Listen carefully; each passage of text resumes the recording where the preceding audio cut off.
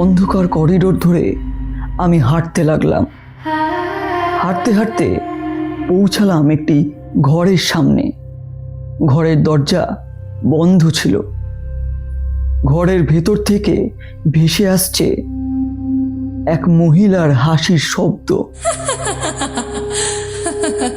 দরজাটা আলতো করে খুলতেই আমি যে দৃশ্য দেখলাম তা দেখে আমার মাথা থেকে পা কেঁপে উঠল।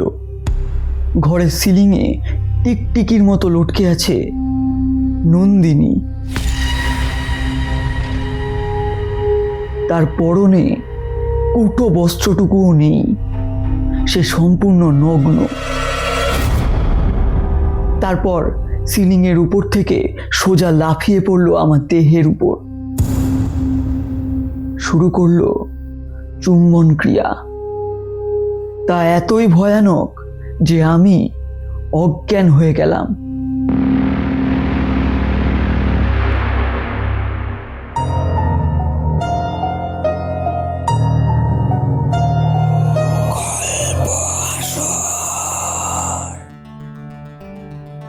আপনারা শুনছেন গল্প আসর। গল্প আসরে আজকের গল্প ভ্রূণ। গল্পটি সম্পূর্ণভাবে প্রাপ্তবয়স্কদের জন্য। গল্পের শেষে থাকবে আপনাদের জন্য একটি প্রশ্ন। প্রশ্নের সঠিক উত্তর দিতে পারলেই আপনার কাছে পৌঁছে যাবে একটি আকর্ষণীয় উপহার। তাই গল্পটি সম্পূর্ণ শুনে কমেন্টে উত্তর জানাতে ভুলবেন না। শুরু হচ্ছে আজকের গল্প সৌম্যজিৎ ঘোষের কলমে ভ্রূণ।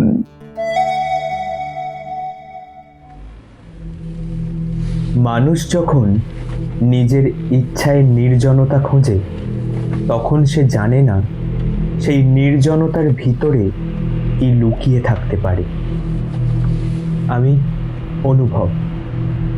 এই গল্পটা আমার জীবনের না, শুধু গল্প নয়, একটা দুঃস্বপ্ন যেটা আজও আমাকে ঘুমাতে দেয় না। সব কিছুর শুরু সেই ট্রিপটা থেকে।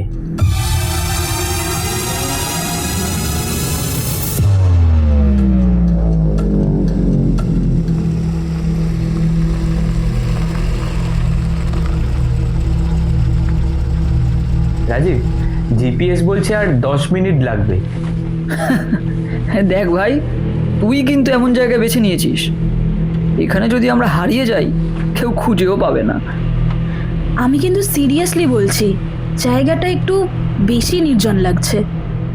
এটাই তো চেয়েছিলাম, শান্ত, নিরিবিলি। নন্দিনী আমার স্ত্রী, কিন্তু তখনও কেউ জানতো না তার ভিতরে আর একটা প্রাণ বেড়ে উঠছে। আমি চেয়েছিলাম এই ট্রিপটাতে সবাইকে সারপ্রাইজ দেব, কিন্তু আমি জানতাম না এই সারপ্রাইজটাই একদিন আমাদের সবচেয়ে বড় দুঃস্বপ্ন হয়ে উঠবে। জায়গাটা বেশ ইন্টারেস্টিং, কিন্তু ভূত থাকলে বেশ ভালোই হয়। এই দীপশিতা, রাতে যদি ভূত আসে তাহলে কেমন হয় বলো তো? আমি তো বাবা বলেই দিচ্ছি, ভূত আসলে আমি তার সাথে গল্প একেবারে জমিয়ে দেব। তুমি গল্প জমিয়ে দেবে? ভিতর ডিম একটা। আচ্ছা, যদি সত্যিই কিছু থাকে? তাহলে তো মজা, লাইফে একবার হলেও ভূত দেখা যাবে। আমরা তখনও হাসছিলাম, কারণ আমরা জানতাম না আস্তে আস্তে একটা ভয়ঙ্কর দুঃস্বপ্নের দিকে আমরা এগিয়ে চলেছি। গাড়ি থামলো। সামনে একটা পুরনো কাঠের হোমস্টে, চারপাশে ঘন জঙ্গল, আর একটু দূরে একটা নদী। নদীর জল বয়ে যাওয়ার শব্দটা অদ্ভুতভাবে কানে বাজছিল। এমন মনোরম পরিবেশ দেখে চোখ এবং মন দুটোই জুড়িয়ে গেল। মনে হলো জীবন সার্থক। এত সুন্দর জায়গা পৃথিবীতে আছে। এই জায়গাটা একটু অদ্ভুত না? ব্যাস, এসেই শুরু হয়ে গেল তো। এই তো একটু আগে কত কিছু বললে, আমি নাকি ভিতর ডিম। এবার এত সুন্দর জায়গায় এসে উনি আবার অদ্ভুত জিনিসের গন্ধ পাচ্ছে। ভালোটাকে ভালোভাবে নিতে শেখো, বুঝলে? আরে এটাই তো অ্যাডভেঞ্চার। নন্দিনী তখন চুপ হয়ে গিয়েছিল। তার চোখে একটা অদ্ভুত ভাব, যেটা আমি তখন বুঝতে পারিনি। দরজা খুলতেই একটা ঠান্ডা হাওয়া যেন বুক ভেদ করে ঢুকে গেল। যেন এই হোমস্টের ঘর অনেক দিন ধরেই আমাদের জন্য অপেক্ষা করছিল। সেই মুহূর্তে আমার মনে হচ্ছিল কেউ আমাদের দেখছে, কিন্তু আমি কাউকে দেখিনি। এমন সময় আমার পিঠে একটা হাতের স্পর্শ অনুভব করলাম।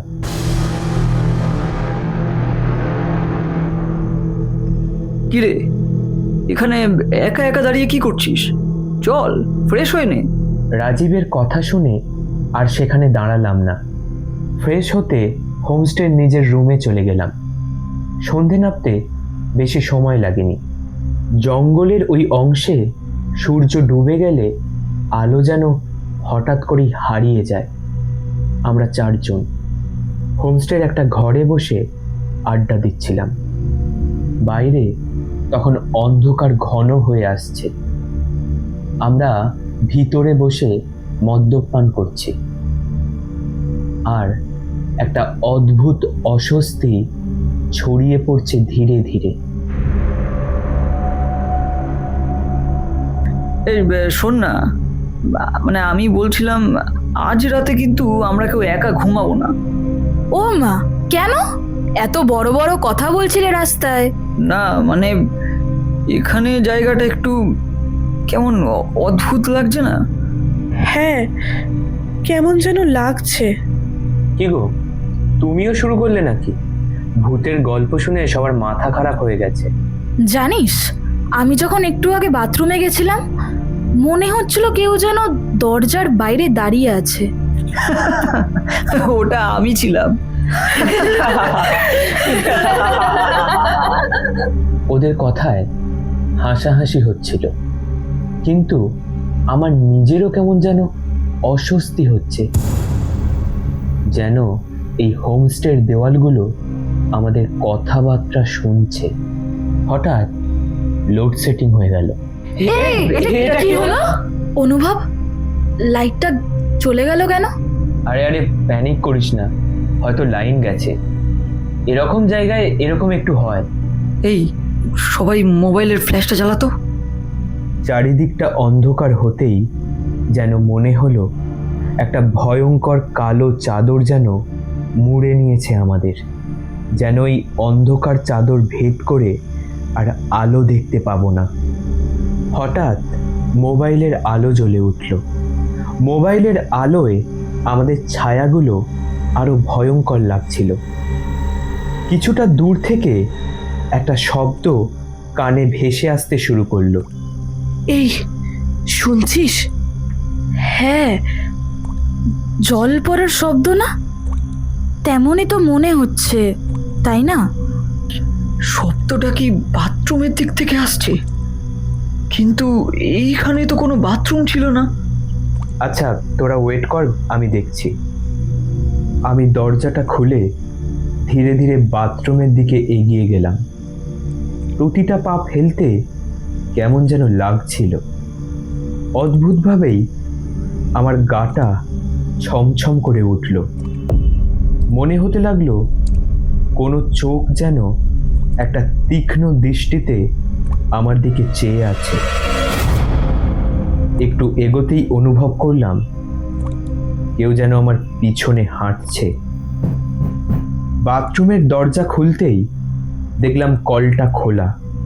কল দিয়ে বেশ জল পড়ছে।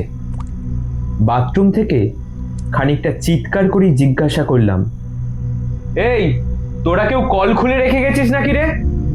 না, আমি তো বন্ধ করেই বেরিয়েছিলাম। আমি তো ঢুকিনি।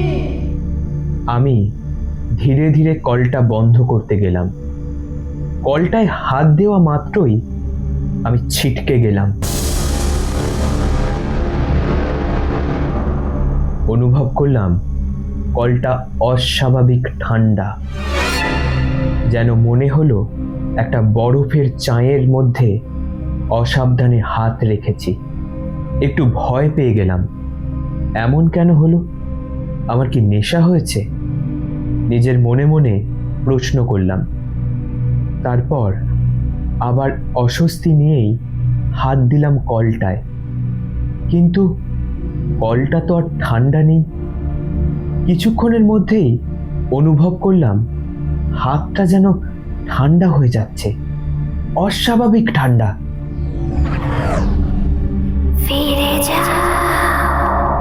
আমি স্পষ্ট শুনলাম কেউ যেন আমার ঠিক কানের কাছে এসে ফিসফিস করে বলল, ফিরে যাও, এখান থেকে ফিরে যাও।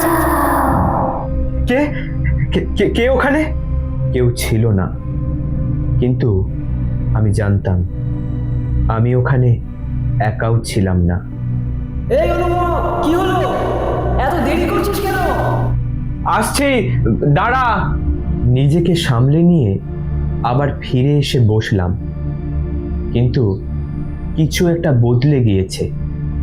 হঠাৎ দরজায় টোকা। কে? এই সময় এখানে কি আসবে? আমরা চারজন একে অপরের দিকে তাকালাম। কেউই দরজার কাছে যেতে চাইছিল না।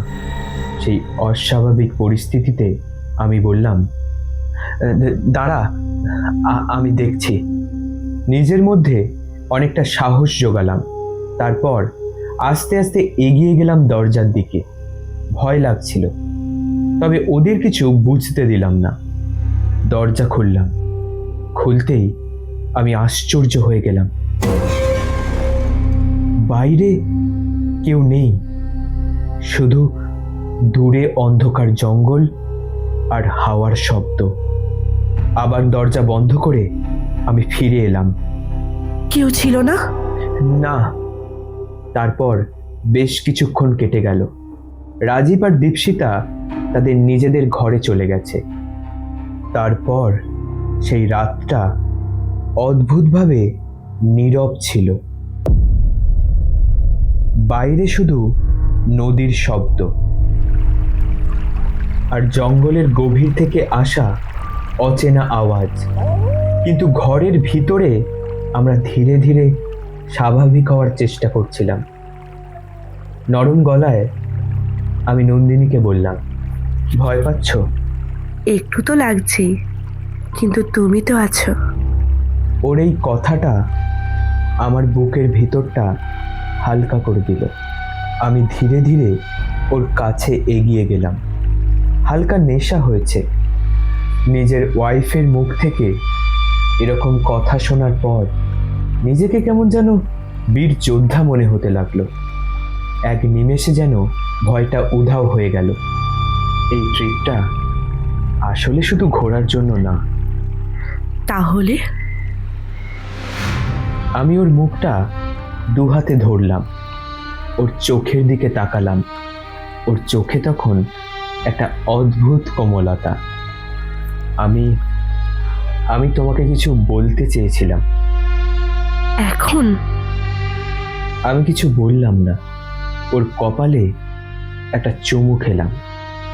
তারপর ধীরে ধীরে আমি ওর ঠোঁটে ঠোঁট ছুঁয়ে দিলাম। আমাদের মাঝের দূরত্বটা মিলিয়ে গেল। ওর হাত ধীরে ধীরে আমার কাঁধে এসে পড়ল। আমার আঙুলগুলো ওর চুলের মধ্যে জড়িয়ে গেল। এবার আমার চুম্বন আস্তে আস্তে নন্দিনীর সারা শরীরে ছড়িয়ে পড়ল। আমার চুম্বনে আস্তে আস্তে কুঁকড়ে যাচ্ছিল নন্দিনী। তার নিঃশ্বাস প্রশ্বাসের গতি আরো বেড়ে গেল। তার শরীর থেকে আস্তে আস্তে তার বস্ত্রগুলো খুলে ফেলতে লাগলাম আমি, যেন একটা বাধ্য মেয়ের মতো। আমার ইচ্ছেতেই সম্মতি জানালো সে। হঠাৎ আমার পিঠটা খামচে ধরে নন্দিনী। তারপর আমার শরীরের ওপর নরম কাদামাটির মতো নিজেকে লেপে দিল। নন্দিনীর চুল আর শরীরের গন্ধ আমার শরীরে কামুক আগুন জ্বালিয়ে দিল। অনুভব। সেই মুহূর্তে মনে হচ্ছিল সব কিছু থেমে গেছে, শুধু আমরা দুজন আর আমাদের নিঃশ্বাস। হঠাৎ সেই মুহূর্তে একটা দরজায় টোকা। আমরা দুজন দুদিকে ছিটকে গেলাম। শুনলে? হয়তো রাজীবরা। আবারও দরজায় টোকা। আমি বিরক্ত হয়ে দরজার দিকে তাকালাম। এই সময়ে এমনভাবে বিরক্ত করা।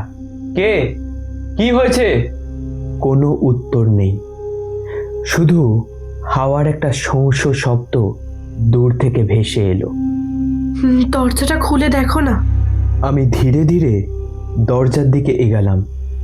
হাতটা যখন হ্যান্ডেলে রাখলাম, হঠাৎ আমার শরীর দিয়ে একটা ঠান্ডা স্রোত বয়ে গেল।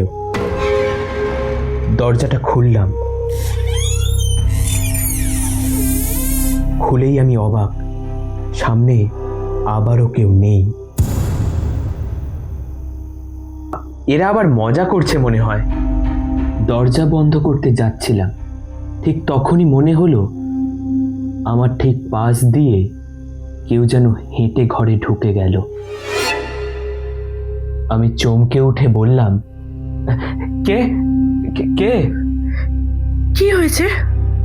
পিছন ফিরে তাকালাম। ঘরের ভিতরে তাকিয়ে চমকে উঠলাম। নন্দিনী দাঁড়িয়ে আছে, কিন্তু খাট থেকে নামলো কখন? হঠাৎ লক্ষ্য করলাম ওর মুখের এক্সপ্রেশন একদম বদলে গেছে। দরজাটা বন্ধ করো।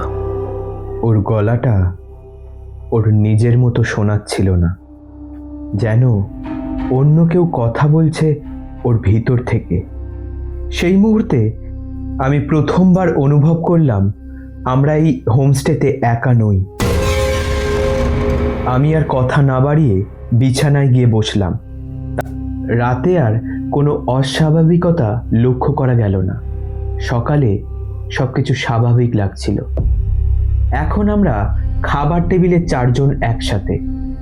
গতকাল রাতের ঘটনাগুলো আমরা কেউ মুখে আনছিলাম না, কিন্তু আমার মাথার ভিতরে এখনো অস্বস্তিতে ভরা। নন্দিনীর সেই বদলে যাওয়া গলা, দরজার ওপাশে অদৃশ্য উপস্থিতি এবং আমার বিছানায় বসে হঠাৎ করে ঘুমিয়ে পড়া, সব কিছুই যেন একটা অদ্ভুত চাপ তৈরি করছিল। এই জায়গাটা কিন্তু দিনে একদম অন্যরকম লাগছে। হ্যাঁ, রাতে যা ভয় লাগছিল এখন তো বেশ সুন্দরই লাগছে। তাই তো বলছিলাম, ওসব মাথার ভয়। হ্যাঁ, হয়তো। হয়তো হয়তো বলাতে বুঝলাম নন্দিনীর গলায় সেই আগের উচ্ছ্বাসটা ছিল না। আমি লক্ষ্য করছিলাম ও কাল রাতের পর থেকে এখনো পর্যন্ত অনেকটাই চুপচাপ। হোমস্টের লোকজন নদীর ধারে আমাদের জন্য পিকনিকের আয়োজন করেছিল। খোলা আকাশের নিচে একটা অদ্ভুত শান্ত পরিবেশ। এই আজ কিন্তু আমি রান্না করব। তুমি রান্না করবে? তাহলে হলো, আজকে আমরা না খেয়েই মরবো। হ্যাঁ, দেখবে এমন কাবাব বানাবো না, আঙ্গুল একেবারে চেটে চেটে খাবে সবাই। তাহলে আমি কিন্তু প্রথম টেস্ট করব। ওর সেই হাসিটা আমার ভালো লাগছিল না। আমি হয়তো ওকে নিয়ে একটু বেশিই চিন্তা করছি। কিছুক্ষণ পর নন্দিনী একটু আলাদা হয়ে গেল। আমি বললাম, এই কোথায় যাচ্ছ? ওখানে একটু বসি, নদীর ধারে। একলা যাবে?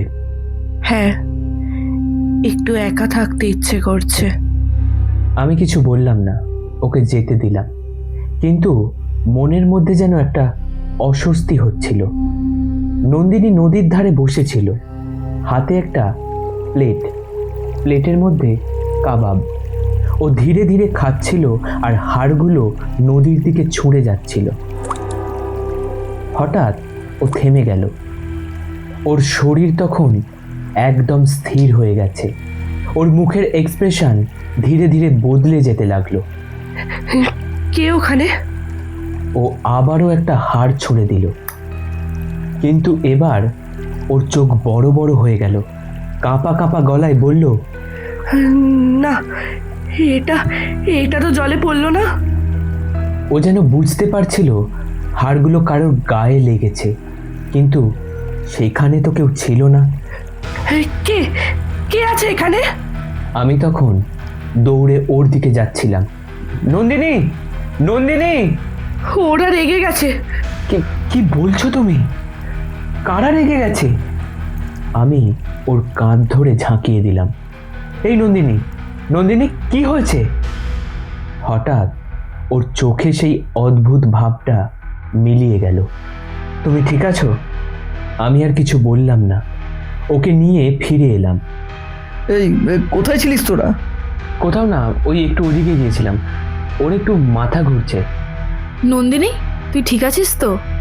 হোমস্টের লোকেরা আমাদের খাবার পরিবেশন করতে এলো। রাজীব সেটা দেখে বলল, এই চল সবাই খেতে বস। খাওয়া দাওয়া শুরু হলো, কিন্তু তারপর যা ঘটলো তা দেখে আমি হতভম্ব হয়ে গেলাম। নন্দিনী অস্বাভাবিকভাবে খেতে শুরু করলো। আমি থাকতে না পেরে বললাম, এই একটু ধীরে খাও। কেন, আমি কি একটু নিজের মতো খেতেও পারবো না? কি রে, তুই এত তাড়াতাড়ি খাচ্ছিস কেন? আস্তে আস্তে খা, লেগে যেতে পারে। আমি বুঝতে পারছিলাম নন্দিনীর খাওয়া এখানে থাকা প্রত্যেকটা মানুষের দৃষ্টি আকর্ষণ করছিল, এবং করাটাও স্বাভাবিক, কিন্তু আমার তখন কিছু করার ছিল না। ও থামছিলও না, একটার পর একটা ভাত, মাংস, কাবাব। তবে আমি একটা জিনিস খেয়াল করলাম, ওখানে থাকা অনেক খাবারের মধ্যে নন্দিনীর যেন হঠাৎ করে মাছ মাংসের প্রতি লোভ অনেকটা বেড়ে গেছে। নন্দিনীর সাথে আমার বিয়ে হয়েছে প্রায় 2 বছর। আমি নন্দিনীকে এরকম খেতে আগে কখনো দেখিনি। ওর পছন্দের খাবার নয়, তবে ওর এই অস্বাভাবিক আচরণ আমাকে একটু চিন্তায় ফেলছিল। যেন ওর ক্ষুধার শেষ নেই। ওর খাওয়ার মধ্যে অনেক খাবারই ওর গায়ে পড়ে যাচ্ছিল। অস্বস্তিকর পরিবেশ তৈরি হচ্ছিল ধীরে ধীরে। তাই দীপশিতা নন্দিনীকে একটু শান্ত করতে গেল। ঠিক তখনই নন্দিনী বলে উঠল, এই, আমাকে কেউ থামাতে আসবি না।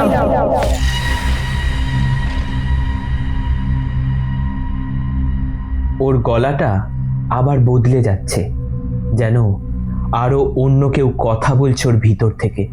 নন্দিনী, কথাটা বোঝার চেষ্টা করো, তুমি থামো। খেতে দাও আমাকে। কথাটা বলেই ও হঠাৎ করে মাটিতে লুটিয়ে পড়ল। নন্দিনী! এই জল আন তাড়াতাড়ি। আমাদের জীবনের সবচেয়ে ভয়ঙ্কর অধ্যায় সেই মুহূর্ত থেকে শুরু হলো। নন্দিনী মাটিতে পড়ে যাওয়ার পর আমাদের চারপাশটা যেন হঠাৎ করেই বিশৃঙ্খল হয়ে উঠল। সবকিছু এত দ্রুত ঘটছিল যে মাথা কাজ করছিল না। দীপশিতা কাঁদো কাঁদো গলায় বলে উঠল, এ নন্দিনী, নন্দিনী, চোখ খোল না, প্লিজ প্লিজ চোখ খোল। নন্দিনী, শুনতে পাচ্ছ? আমি এখানে আছি, চোখ খোলো নন্দিনী। ওর মুখটা ফ্যাকাশে হয়ে গিয়েছে, ঠোঁটগুলো শুকিয়ে গেছে, শরীরটা একদম নিস্তেজ, কিন্তু ওর ওই বুক ওঠানামা করছিল, মনে হচ্ছে নিঃশ্বাস নিচ্ছে। তা দেখে নিজের মনকে একটু আশ্বস্ত করলাম। এক্ষুনি আমাদের একটা ডাক্তারের প্রয়োজন। এই জায়গায় ডাক্তার পাবো কোথায়? ঠিক তখনই হোমস্টের একজন চাকর দৌড়ে এলো। কি হয়েছে বাবু? ও হঠাৎ করে অজ্ঞান হয়ে গেছে। ডাক্তার কোথায় পাবো? একটু দূরেই একজন ডাক্তার আছে, আমি নিয়ে আসছি। ও চলে যাওয়ার পর আমরা 3 জন নন্দিনীর পাশে বসে রইলাম। সময় যেন থমকে গিয়েছে। তখন আমাদের 3 জনকে ঠিক মনে হচ্ছিল একটা শক্ত পাথর। অনুভব, নন্দিনী তো সকাল থেকে ঠিকই ছিল, তাহলে এরকম হলো কেন? আমি জানি না। আচ্ছা একটা কথা বলতো, তুই কিছু লুকাচ্ছিস না তো? রাজীবের কথা শুনে আমি চুপ করে গেলাম। ঠিক এই মুহূর্তে কি করা উচিত আমি বুঝতে পারছিলাম না। তবে আমার মনের ভিতর থেকে কেউ যেন বলে উঠল, এখন আর লুকিয়ে রাখা ঠিক না, যা হয়েছে তা বলে দাও অনুভব। কাঁপা কাঁপা গলায় আমি বললাম, নন্দিনী প্রেগনেন্ট। সিরিয়াসলি? 3 মাস। আমি তোদের সারপ্রাইজ দিতে চেয়েছিলাম। ও গড! আর আমরা আমরা ওকে এই জায়গায় নিয়ে এলাম। এই সময় যা কিছু হতে পারে, এরকম জায়গায় আসাটা আমাদের একদম ঠিক হয়নি। আরে তুই আগে বললি না কেন? তাহলে হয়তো এই ভুলটা আমরা করতাম না। আমি ভাবিনি এমন কিছু হবে। আর নন্দিনীও জোর করছিল এখানে আসার জন্য। ওই আমাকে বলতে বারণ করেছিল।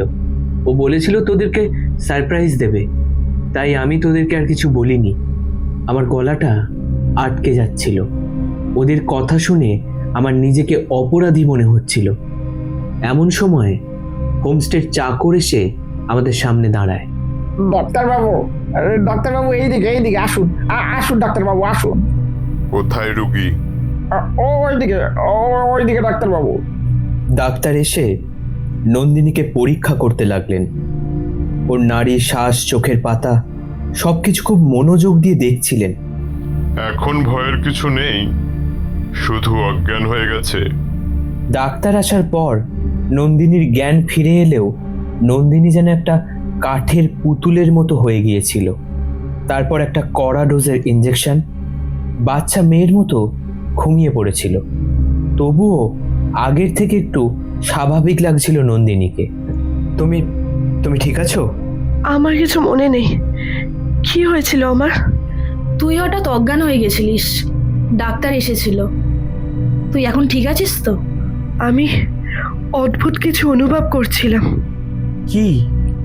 মনে হচ্ছিল কেউ আমার খুব কাছে দাঁড়িয়ে আছে, আমার দিকে তাকিয়ে, আর আমাকে বলছিল, তুই খা, আরো খা।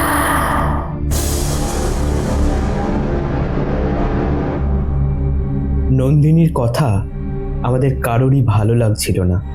মনে হচ্ছিল ওষুধের ডোজ এতটাই বেশি যে নন্দিনী পোলা বকছে। রাত গভীর হচ্ছে। চারিদিকটা একটা অন্ধকার হিংস্র চাদর যেন কেউ বিছিয়ে দিচ্ছে। মুড়ে যাওয়া চাদরের ভিতরে রয়েছে অচেনা ভয় এবং অচেনা ফিসফিসানি। বাতাস আরো ভারী হয়ে উঠল চারপাশের। আমরা সবাই ক্লান্ত হয়ে ঘুমিয়ে পড়লাম। গভীর রাত, নীরবতা। হঠাৎ আমার ঘুম ভেঙে গেল। আমি বুঝতে পারছিলাম না কেন, কিন্তু অদ্ভুত একটা অস্বস্তি হচ্ছিল আমার। পাশের বিছানায় হাতটা বাড়ালাম। বিছানাটা খালি, নন্দিনী নেই। আমি দৌড়ে বাইরে বেরিয়ে গেলাম। রাজীব, দীপশিতা, নন্দিনীকে কোথাও পাওয়া যাচ্ছে না, এদিকে আয়। কি কি হয়েছে? নন্দিনী নেই মানে? কোথায় গেল? তুই বাথরুমটা দেখেছিস? আমার মাথা তখন আর কাজ করছে না। উন্মাদের মতো আমরা খুঁজে চলেছি নন্দিনীকে। তারপর নদীর ধারে ঠিক দুপুরে নন্দিনী যেখানে বসেছিল, আমরা দেখলাম নন্দিনী ওখানে দাঁড়িয়ে আছে, কারোর সাথে কথা বলছে। কিন্তু ওখানে নন্দিনী ছাড়া আর কেউ নেই। সেই রাতটা আজও আমি ভুলতে পারিনি। আমরা যখন নদীর ধারে পৌঁছালাম, আমার বুকের ভিতরটা কেমন মোচড় দিয়ে উঠেছিল। আমরা সবাই হতভম্ব হয়ে তাকিয়েছিলাম নন্দিনীর দিকে। মাথার মধ্যে একটা প্রশ্ন ঘুরপাক খাচ্ছিল। ওখানে তো নন্দিনী একা দাঁড়িয়ে, তাহলে ও কথা বলছে কার সাথে? ও ওখানে দাঁড়িয়ে আছে কেন? ওটা কি নন্দিনী? আমি তাকিয়ে রইলাম। হ্যাঁ, ও নন্দিনীই ছিল, কিন্তু ওর দাঁড়ানোর ভঙ্গি, ওর শরীরের বাঁক, ওর মাথা কাত করে রাখা সব কিছুই অস্বাভাবিক। জানি না কেন চারপাশের কুকুরগুলো নন্দিনীর দিকে তাকিয়ে পাগলের মতো চিৎকার করছিল। একটু পরে ভালো করে লক্ষ্য করলাম, ওরা নন্দিনীর দিকে নয়, ওরা পাশের ফাঁকা জায়গাটার দিকে তাকিয়ে চিৎকার করছে। ওরা ওখানে কি দেখছে? নন্দিনী তখনও কারোর সাথে কথা বলছিল। না, আমি দিইনি, আমি ইচ্ছে করে দিইনি। তুই দিয়েছিস, আমি জানি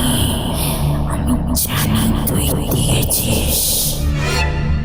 আমি স্পষ্ট শুনতে পাচ্ছিলাম না, কিন্তু মনে হচ্ছিল আরও কেউ উত্তর দিচ্ছে, কিন্তু অদৃশ্য।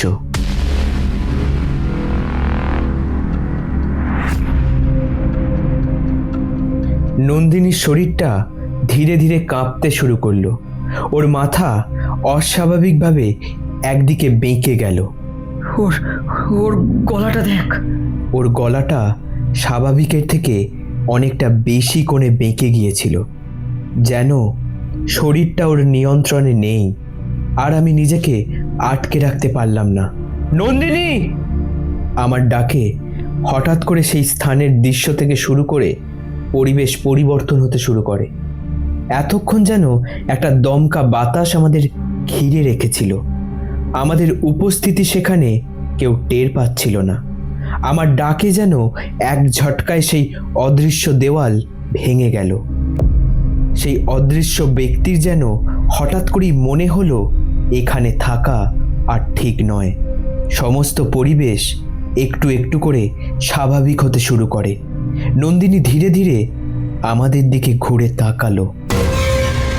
ওই চোখ নন্দিনীর চোখ ছিল না, কালো গভীর, যেন ভিতরে কোনো আলো নেই। তুমি এসেছো? নন্দিনী, নন্দিনী, তুমি ঠিক আছো? এত রাতে নদীর পাড়ে তুমি কি করছো? এত প্রশ্ন করো না, আমার ভালো লাগে না। ওর ঠোঁটের কোণায় একটা অদ্ভুত হাসি, যেন ও আমাদের দেখে আনন্দ পাচ্ছে না, বরং আমাদের দেখে অখুশি। আচ্ছা, ও কি সত্যি আমাদের নন্দিনী? আমি ওর দিকে এগিয়ে গেলাম। ওর হাতটা ধরতে যাব, এক ঝটকায় ও আমাকে ঠেলে দিল। আমি কয়েক ফুট দূরে ছিটকে পড়লাম। এই এই কি হলো নন্দিনী? তুই কি পাগল হয়ে গেছিস? অনুভব তো এক্ষুনি পড়ে যেত। নিজের মনে মনে একটা প্রশ্ন এলো। নন্দিনীর শরীরে এত শক্তি অসম্ভব। শান্ত করলাম নিজের মনকে। ছোবে না আমাকে, আমাকে ছোবে না। ও ধীরে ধীরে নদীর দিকে হাঁটতে শুরু করলো। নন্দিনী, নন্দিনী, থামো! আমি পিছন থেকে ওকে জড়িয়ে ধরলাম, কিন্তু ওর শক্তির কাছে আমি কিছুই না। ও আমাকে টেনে নিয়ে যাচ্ছিল সোজা জলের দিকে। ওরা ডাকছে, ওরা আমাকে ডাকছে। ধর ওকে, তাড়াতাড়ি ধর। আমার পক্ষে যখন একা নন্দিনীকে সামলানো সম্ভব হচ্ছে না, তখন রাজীব আর দীপশিতা এগিয়ে আসে। আমরা তিনজনে মিলে খুব কষ্ট করে ওকে টেনে ধরে রাখলাম।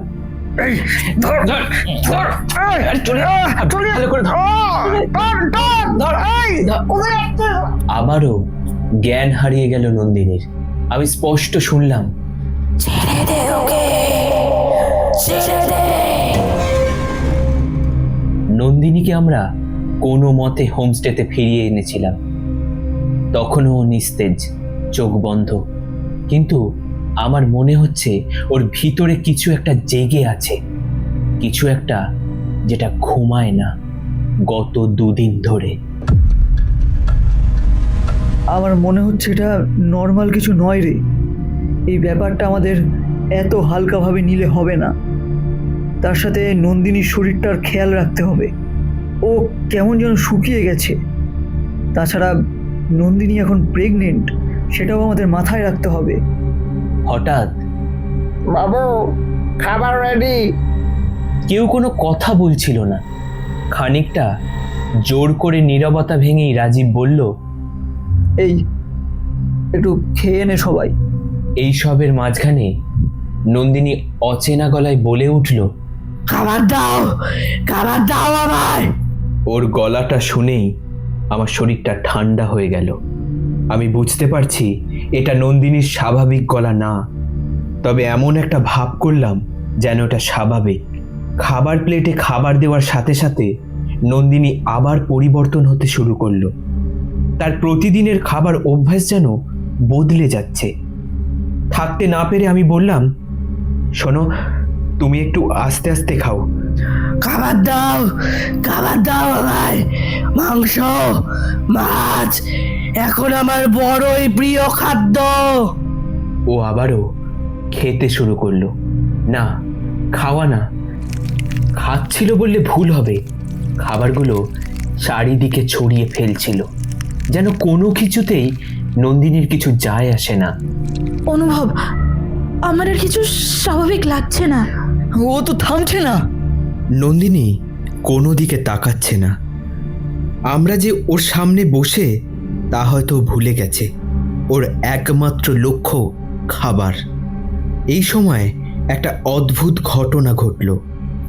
আমরা তিনজনে যখন এক দানাও খেতে পাচ্ছি না, নন্দিনীর দিকে তাকিয়ে রয়েছি, ঠিক নন্দিনী তখন নিজের খাবারের প্লেট শেষ করে এবার নজর পড়ল আমাদের খাবারের প্লেটের দিকে। নির্দ্বিধায় কাউকে জিজ্ঞাসা না করে তুলে নিল আমাদের প্লেট থেকে মাছ, মাংস। সেই খাওয়া দেখে গা গুলিয়ে উঠতে লাগলো আমাদের। মাংসের টুকরোকে এমনভাবে চেপে ধরেছিল যেন ওগুলো জীবন্ত কিছু। নন্দিনী, নন্দিনী, যথেষ্ট হয়েছে, এবার তুমি থামো নন্দিনী। যথেষ্ট হয়েছে মানে? আমি কি তোমাকে বলেছি আমার পেট ভরে গেছে? আমার খিদে পাচ্ছে, আরো খাবার দাও, দাও বলছি। ওর চোখ দুটো লালচে হয়ে উঠেছে, ওর ঠোঁটের কোণ দিয়ে মাংসের ঝোল গড়িয়ে পড়ছে। নন্দিনী, নন্দিনী থাম, এটা কি করছিস তুই? টেবিলের ওপরের খাবার নিজেই টেনে নিচ্ছে নন্দিনী, যেন ওর মধ্যে একটা অদম্য ক্ষুধা। কোনো মতেই সামলাতে পারছি না কিছু। ওরা ক্ষুধার্ত, কে কে ওরা? ওরা যারা নিচে আছে। ওর কথা শুনে বুকের ভিতরটা কেঁপে উঠল। কি বলছে নন্দিনী? কারা আছে? নন্দিনী, নন্দিনী থামো, একটু শান্ত হও প্লিজ নন্দিনী। ও আবারও অজ্ঞান হয়ে গেল। নন্দিনী যে অজ্ঞান হয়ে গেল এটা বুঝতেও আমাদের কিছুক্ষণ সময় লেগেছিল, কারণ আমাদের মধ্যে এমন একটা ট্রমা সৃষ্টি হয়েছিল যে সামনে ঘটে যাওয়া জিনিস বুঝতে বেশ কিছুক্ষণ সময় লাগছিল। যখন দেখলাম নন্দিনী মাটিতে পড়ে শান্ত হয়ে গেছে, ঠিক তখন আমরা ওকে ঘরে গিয়ে শুইয়ে দিই। তারপরে ডাক্তার এসেছিল, ওকে দেখেও গেছে, এখনও ঘুমাচ্ছে। আমরা তিনজন পাশের ঘরে। এবার কিন্তু সত্যি কিছু একটা করতে হবে। ও আর মানুষ নেই। ওকে আমি আর এইভাবে দেখতে পারছি না। আচ্ছা, তোমরা এখানে একটু ওয়েট করো, আমি যাই ওকে দেখে আসি। দীপশিতা একাই দেখতে গেল নন্দিনীকে। নন্দিনী বিছানায় শুয়ে ঘুমাচ্ছে। ধীর পায়ে নন্দিনীর কাছে এগিয়ে গেল দীপশিতা। তারপরেই একটা চিৎকার আসতেই দৌড়ে গেলাম আমি আর রাজীব। কি কি হয়েছে? কি হয়েছে এখানে? আমি আর রাজীব দৌড়ে ঢুকলাম, আর তারপর আমরা যা দেখলাম, নন্দিনী দেওয়ালের উপর হাঁটছে, ঠিক যেন টিকটিকির মতন। এটা অসম্ভব। ওর হাত পা টিকটিকির মতো দেওয়ালে আটকে, শরীরটা বাঁকানো, মাথাটা উল্টো করে ঝুলে আছে। তোরা দেখছিস?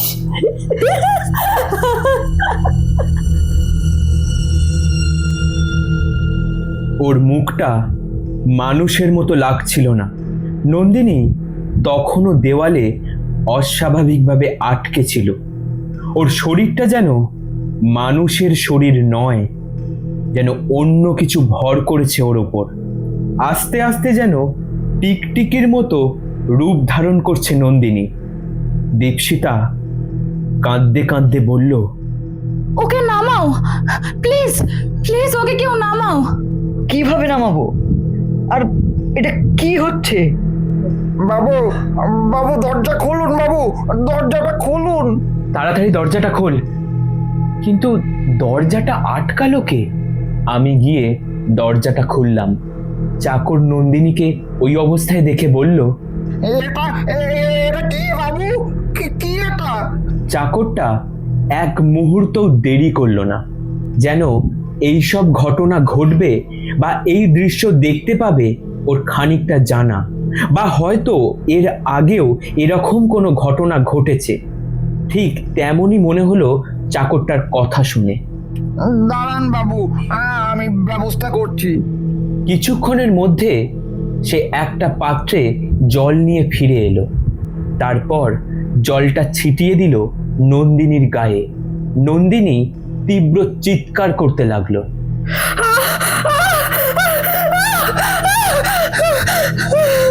ও দেওয়াল থেকে যেন ছিটকে নেমে এলো আর বিছানায় পড়ে ছটকা ছটকি করতে লাগলো। এরপর রাজীব বলল, এটা এটা এটা কি করলে? এই জায়গাটা ভালো নয় বাবু, ওরাকে এখান থেকে নিয়ে যেতে হবে। কিন্তু কিন্তু কোথায়? একজন আছে যে এই বিষয়ে বুঝতে পারবে।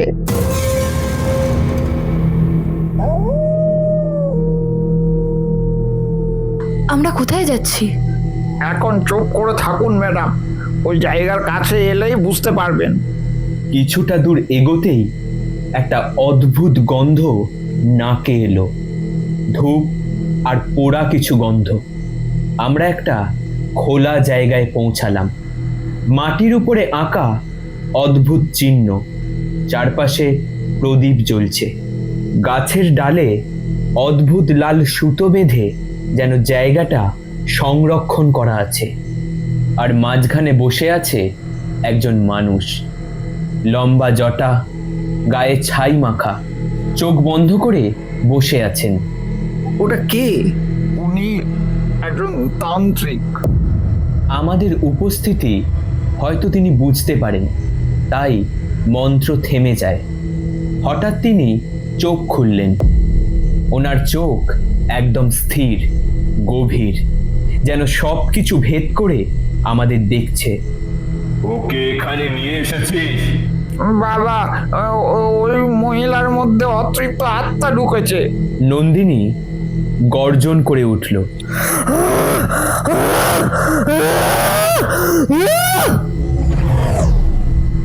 নন্দিনীর শরীরটা কেঁপে উঠল। তারপর তান্ত্রিক বললেন, শুধু একজন না, অনেকগুলো। ওকে বাঁচান প্লিজ, প্লিজ ওকে বাঁচান। বাঁচাতে পারি, কিন্তু দাম দিতে হবে। দাম? আপনি যা বলবেন আমি তাই দিতে রাজি। আমার স্ত্রীকে আপনি বাঁচিয়ে দিন বাবা। ও যেখানে বসে খাচ্ছিল সেই জায়গাটা শ্মশান ঘাট ছিল এক সময়। আমার বুকের ভিতরটা ঠান্ডা হয়ে গেল। নন্দিনী যে ওখানে বসে খাচ্ছিল তা উনি জানলেন কি করে? প্রশ্ন করার সাহস আমার হলো না। তিনি আবার বললেন, ওখানে একজন মা আর তার বাচ্চা মৃত্যুর পরেও ঘুরে বেড়ায়। তুই ওদের গায়ে হাড় ছুঁড়ে মেরেছিস। না না, আমি চাইনি, চাইনি আমি। ওর কথা শুনে তান্ত্রিক আবার বললেন, ওরা রেগে গেছে, ওদের একটাই লক্ষ্য, কি লক্ষ্য বাবা? ওই মেয়েটির গর্ভের সন্তান। না, হে আপনি কি বলছেন বাবা? হে সম্ভব নয়। ওরা ওটাকে নিতে চায় কারণ ওদের ভ্রূণ খুব পছন্দের। এই কথাটা শুনে পায়ের তলা থেকে মাটি সরে গেল আমার। জীবনে প্রথম আসন্ন সন্তান, তাকে যদি এইভাবে চোখের সামনে বলি দিতে হয়, যে কোনো বাবা মার কাছে যে তা কতটা কষ্টের তা ভাষায় প্রকাশ করা সম্ভব নয়। আমি জানি নন্দিনী যদি আজ নিজের মধ্যে থাকতো, ও আমার মতো একই কথা ভাবতো। এইসবের মধ্যেও বুঝতে অসুবিধে হচ্ছে না, আমাদের চারপাশে অদৃশ্য কিছু যেন ঘুরে বেড়াচ্ছে। যদি বাঁচতে চাস তাহলে প্রস্তুত থাক। সেই রাতটা আমার জীবনের সবচেয়ে দীর্ঘ, অসহায়, ভয়ঙ্কর রাত। আমরা ফিরে এসেছিলাম, কিন্তু আর আগের মতো কেউই ছিলাম না। তান্ত্রিকের কথাগুলো আমার মাথায় ঘুরছিল বারবার।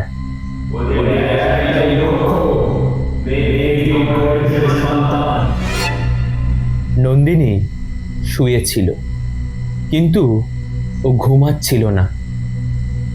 চোখ পাথরের মতো স্থির। কোনটা ঠিক কোনটা ভুল, ও এখন কি করছে তা সমস্ত বোঝার দায়ভার যেন অন্য কেউ নিয়েছে। ওর শরীরটা কাঁপছে, যেন ভিতর থেকে ওকে কেউ টানছে।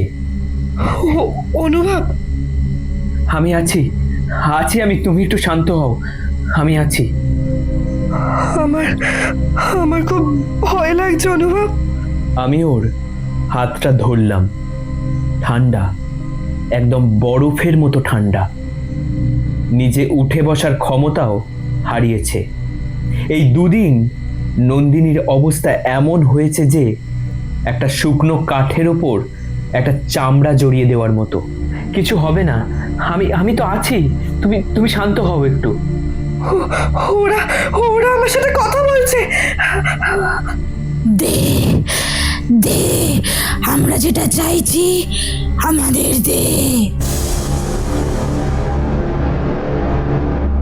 আমি কিছু শুনতে পাচ্ছিলাম না, কিন্তু তার মধ্যে হঠাৎ করে নন্দিনী বলল, ওরা বলছে আমার বাচ্চাটাকে দে, আমার বাচ্চাটাকে দে। চুপে, এসব আমি আর নিতে পারছি না, প্লিজ, আমি নিতে পারছি না, চুপ করো। কিন্তু আমি নিজেই জানতাম আমার কথার কোনো দাম নেই। আমি নিরুপায়। আমরা আবার গিয়েছিলাম সেই তান্ত্রিকের কাছে, শেষ আশায়। যেন মনের ভেতরের মানুষটা টেনে নিয়ে গেল তান্ত্রিকের কাছে।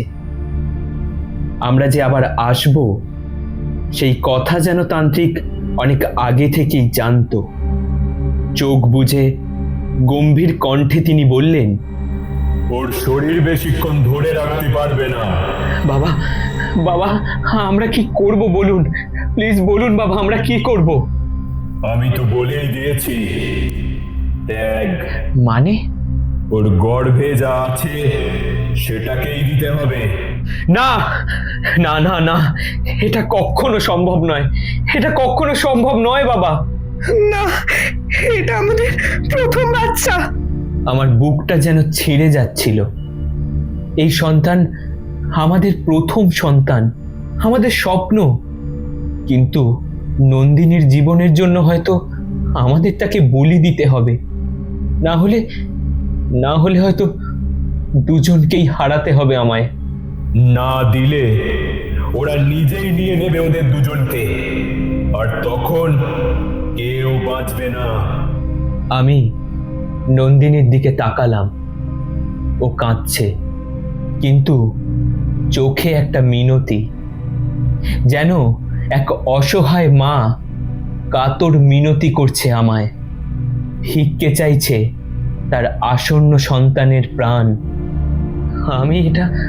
আমি এটা কিভাবে করব? আমি নিরুপায় হয়ে অসহায় চোখে চেয়ে আছি নন্দিনীর দিকে। যেন একটা অদৃশ্য শক্ত শিকল দিয়ে বেঁধে রাখা হয়েছে আমার হাত পা, কেড়ে নেওয়া হয়েছে আমার সমস্ত অধিকার। এখন জীবনের একমাত্র লক্ষ্য আমার আসন্ন সন্তানের বলিদান। তান্ত্রিক অনেক আগেই আমাদের জানিয়ে দিয়েছিল এই যজ্ঞে কি কি লাগবে। তার সমস্ত ব্যবস্থা আমরা করে রেখেছিলাম, যেন কোনো অদৃশ্য শক্তি আমাদের দিয়ে করিয়ে নিয়েছিল। কতক্ষণ কেটে গেছে জানি না। একটু সম্বিত ফিরতে লক্ষ্য করলাম আগুন জ্বলছে। যজ্ঞ শুরু হলো। যজ্ঞে লাগলো কালো তিল, মাংসের হাড়, কালো বিড়ালের লোম আর আমার রক্ত।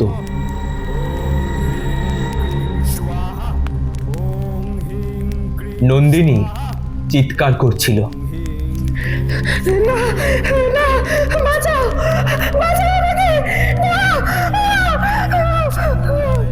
আমি দাঁড়িয়েছিলাম, কিছু করতে পারছিলাম না। ইচ্ছে করলেও যেন উপায় নেই। কোনো শিকল আমায় বেঁধে রেখেছে। তারপর দেখলাম আস্তে আস্তে শান্ত হয়ে যাচ্ছে নন্দিনী। কোমরের নিচে কাপড় চোপড় ভেদ করে একটা গাঢ় কালো রঙের তরল ভেসে যাচ্ছে। বুঝতে অসুবিধে হলো না, আমাদের আসন্ন সন্তানের প্রাণ মিশে আছে ওই গাঢ় কালো তরল রক্তে। তারপর সব শেষ। নন্দিনীর মুখ দিয়ে একটা কর্কশ শব্দ বেরোতে লাগলো।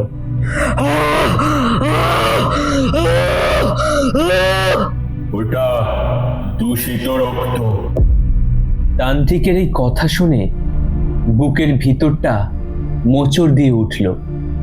কোনো বাবা মার কাছে কি তার সন্তান কখনো দূষিত হতে পারে? তা যতই অভিশপ্ত হোক না কেন, এই যজ্ঞে আহুতি দিলাম আমাদের ছোট্ট ভ্রূণ সন্তানকে, যে হয়তো এই সমস্ত কিছু বোঝার আগেই তার প্রাণ বলি দিল। সবকিছু থমকে গেল।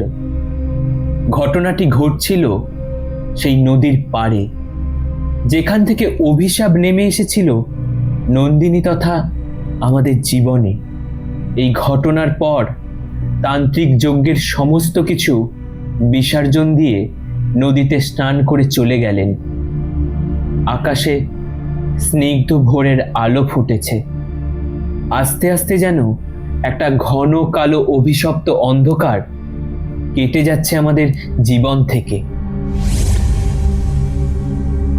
নন্দিনী বেঁচে গিয়েছে। ওর শরীর ধীরে ধীরে স্বাভাবিক হয়েছে।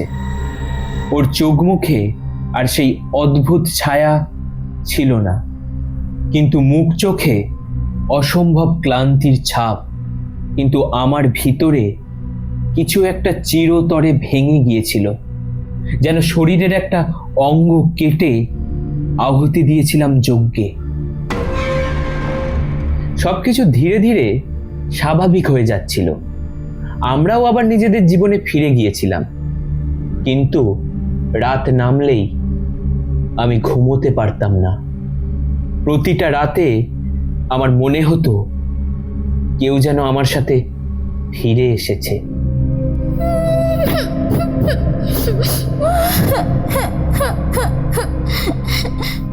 প্রথম দিন ভেবেছিলাম আমি ভুল শুনছি।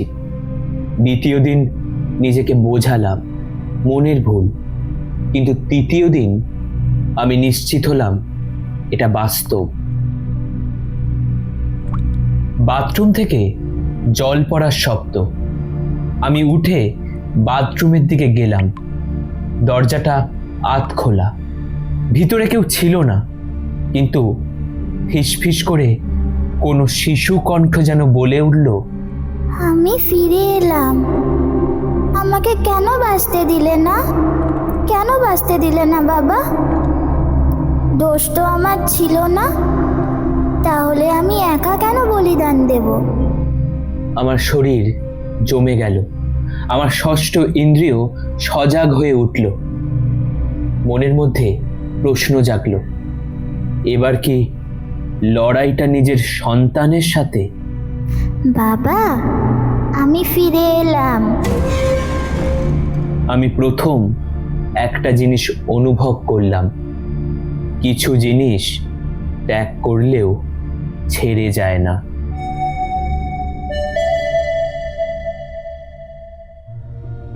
শেষ হলো আজকের গল্প ভ্রূণ।